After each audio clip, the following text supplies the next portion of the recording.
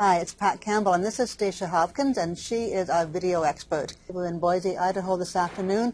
It's a great city to be in. It's a beautiful weekend, and we've had a very busy weekend. I'm very grateful for Stacia for taking some time aside. She's been working with video all afternoon for the event. Yes, indeed. It's been fun. You have heard lots of good things today. So why do you think video is important for online marketing? Wow. Because video is really the best tool that we have right now to communicate and connect with each other online. And really it's the closest thing that we have to being in person.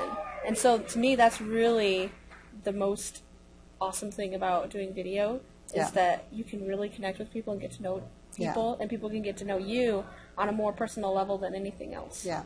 And I know one of the things we learned this weekend is being transparent and authentic. And I guess when you're in video, you see whether or not you have a bad hair day or or your picture's 20 years old or whatever, right? It just really helps people to get, see that real you, the authentic you when you're marketing. Sure, definitely.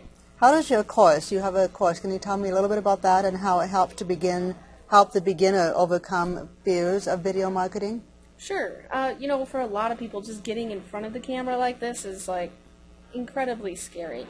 And I can see why. I mean, I was very scared when I started doing video. So, my course helps people get over their fears by basically showing them things they can do to kind of take the scariness out of it. Yeah. How to make themselves comfortable and basically work out the kinks so that when they get in front of that camera, they can feel a little more at ease. Now, it might not ever be necessarily comfortable, but for some people, I help walk people through some different tips and techniques that they can use to basically get over their fear. Okay. Yeah. And I expect that you give them some very clear suggestions as to, there's a big world of cameras out there and equipment and stuff. Do you try and give them some resources and try and manage the budget thing, and what do you suggest about that? Yeah, I have a whole section in my course where I go over all of the video equipment that I recommend, which for myself, I've always done everything on a budget, and so those are the kind of things that I recommend. Things like this, like you've got this camera here, the Kodak Play Touch. It's one of my favorite cameras, and so that's one of the ones I recommend. I know. So yeah, just a lot of you can get started with video and make some really high quality videos for very inexpensive. Well, I know I went onto eBay and found some cameras that were there that I did bid on, but somebody jacked the price up, so I left it, and happily went to Amazon, and here I found what I wanted for half price. It was amazing. I spent way less on all the 3 pieces that you recommended than I expected to, so that was very cool. Perfect, I'm glad. So what's the most fun you've had with video? The most fun? Wow, that's a good question. I've had a lot of fun. Probably one of the most fun things to put together was I did this challenge where I did a video every single day for 7 weeks, and at the end of that I had this whole pile of bloopers, as you can imagine, and so I took all of those bloopers. It took me a long time, but I compiled all these bloopers into this 3 or 4 minute video, and so it's just a fun, ridiculous little video, and that was. Where do you put it? Is it posted somewhere? It is. It's on YouTube. Yeah, you can go watch it. Oh, I'll have to go check that out on your channel. Very good. Yeah. And we talked about equipment already. So just as we close here, what would you say is the basic equipment that somebody needs to look at?